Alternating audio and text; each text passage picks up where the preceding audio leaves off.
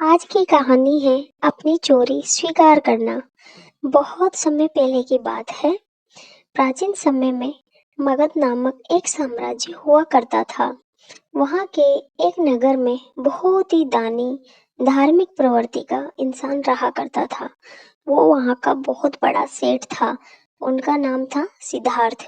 सिद्धार्थ बहुत ही दानी किस्म का व्यक्ति था। उनके दरवाजे से कभी भी कोई भी खाली हाथ नहीं लौटता था, चाहे फिर वो भिखारी हो या फिर मिलने जुलने वाला हो, कोई भी हो। कभी किसी को भोजन करवाए बिना वो नहीं भेजते थे और न ही किसी को बिना दान दक्षिणा दिए वो वहां से जाने देते थे।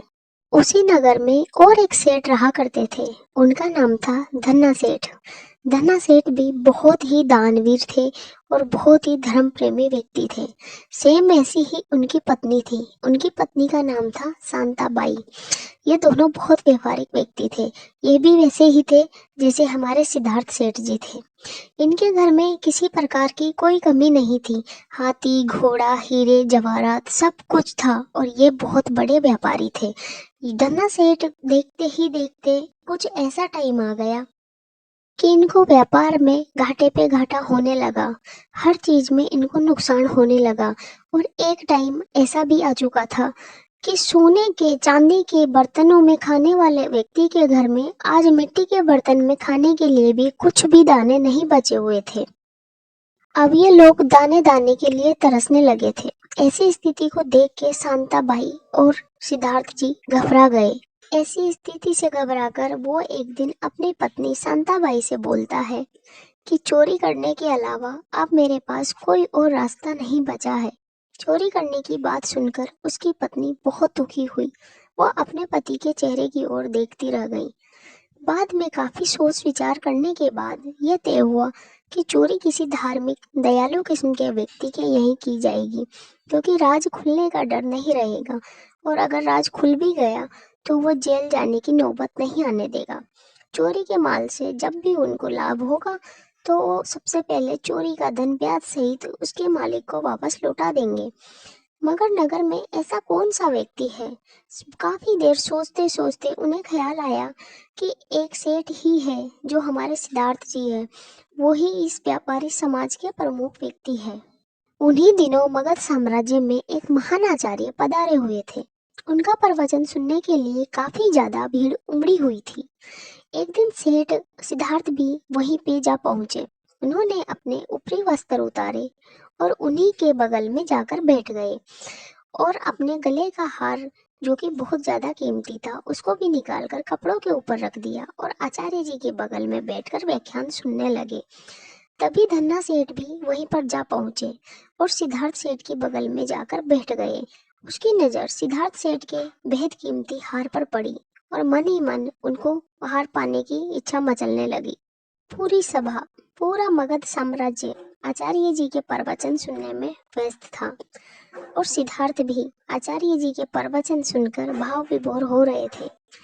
तभी धन्ना सेठ ने इस अवसर को सही जानकर हार खिसका लेने का निर्णय लिया और चुपचाप हार को उन्होंने अपनी जेब में रखा और वहीं से उठकर चल दिए।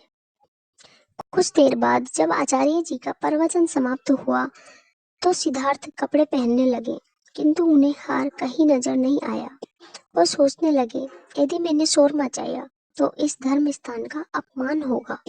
लोग यही कहेंगे कि यहाँ भी कैसे कैसे चोर लोग आने लगे हैं और इस तरह यहाँ पर लोग आना कम कर देंगे, बंद कर देंगे।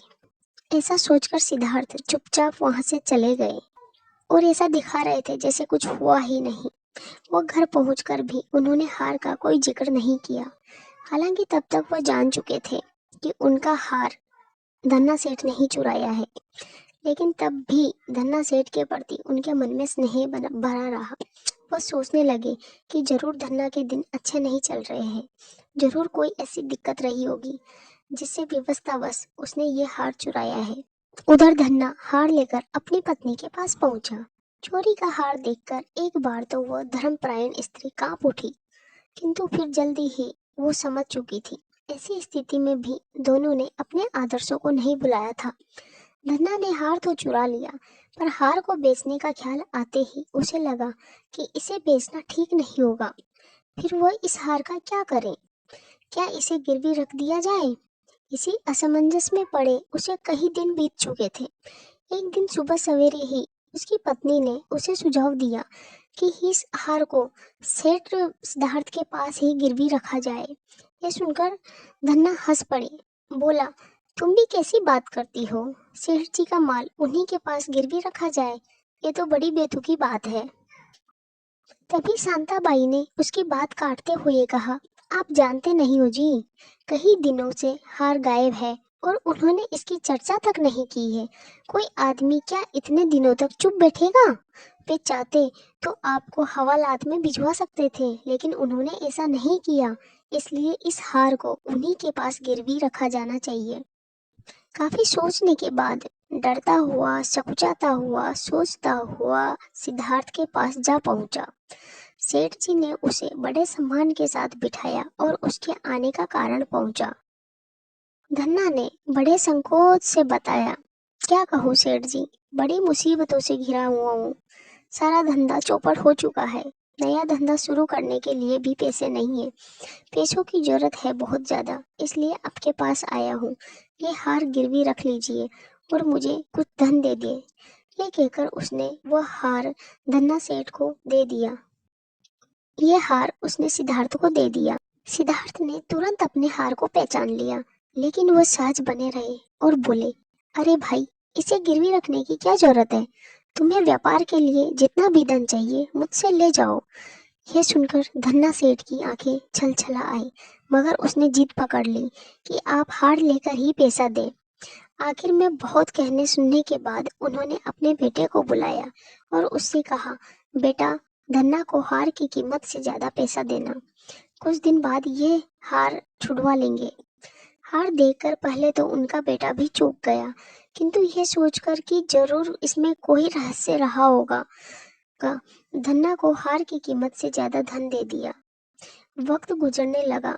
धन्ना ने फिर से व्यापार करना शुरू किया। जल्दी ही उसका व्यापार चल पड़ा और कुछ ही दिनों में वो फिर से पुरानी हालत में आ गया था। बहुत ज्यादा धन दौलत उसके पास अब आ चुका था। एक दिन उसकी पत्नी ने कहा, अब हमें सेठ सिद्धार्थ के पैसे ब्याज सहित वापस लौटा देने चाहिए और हार के बारे में उन्हें सच सच बता देना चाहिए। पत्नी की ये बात सुनकर धन्ना को भी सही लगा। वह रुपयों की थैली लेकर सेठ सिद्धार्थ के घर जा पहुंचे। सेठ जी, व्यापार में मुझे काफी ज्यादा लाभ हुआ है, इसलिए आज मैं आपका उधार लौटाने के लिए आया हूँ। सेठ सिद्धार्थ ने प्यार भरा हाथ उसके सर पे, उसकी पीठ पर फेराया और जो धन लेकर जो हार रखा हुआ था वो भी उनको वापस कर दिया। ये देखकर धन्ना उनकी उदारता को देखकर हैरत में पड़ गए। उसका स्वर भीग उठा था और बोले, मुझे शर्मिंदा न करे सेठ जी, ये हार तो आपका ही है जिसे मैंने चुरा लिया था। हो सके तो मेरे इस अपराध को क्षमा कर दे। ये सुनकर सेठ सिद्धार्थ बोले, हे धन्ना, दोस्त तुम्हारा ही नहीं मेरा भी था। मैं संगपति कहलाता हूँ। उसी संघ के तुम भी एक सदस्य हो। जो समाज में किसको क्या कष्ट है, इसे जानना मेरा काम है। यदि मैंने समय रहते ये जान लिया होता तो इस चोरी की नौबत ही नहीं आती। अपराधी तो मैं भी हूँ। कुछ दिन बाद भगवान महावीर जी उसी नगर में पधारे। धन्ना उनके पास जा पहुंचे और बोले, हे भगवान, मुझे अपने पाप का, अपनी चोरी का प्रायश्चित करना है। मैंने बहुत बड़ा पाप किया है। मैंने सेठ जी के यहाँ चोरी की, उनका हार चुराया और सेठ जी इतने उदार थे कि उन्होंने मुझे दंड भी नहीं दिया। अतः मैं इस चोरी का, इस पाप का प्रायश्चित करना चाहता हूँ। तभी पीछे से आवाज आई, हे प्रभु, प्रायश्चित तो मुझे करना चाहिए, अपराधी तो मैं हूँ। मैं समय पर इसकी सहायता करता तो इसको चोरी करने की नौबत नहीं आती। भगवान महावीर ने दोनों की बातें सुनी और दोनों को 50 मिनट तक मन, कर्म, वचन से उनको प्रायश्चित का पाठ करवाया और दोनों का हृदय पवित्र कर दिया। इस प्रकार दोनों के मन की जो ग्लानि थी, जो पाप का बोझ था, वो खत्म हो चुका था। तो देखा मित्रों, इस कहानी से हमें क्या सीखने को मिलता है? आप खुद सोच के बताइए। अगर अगर चोरी की है, अगर हमसे कुछ गलती हुई है, तो उसे एक्सेप्ट करना सीखो। सामने वाला इतना उदार होता है कभी कभी कि वो हमें अपने आप क्षमा कर देता है। और हाँ, अगर स्टोरी अच्छी लगी हो तो please please please like share and subscribe.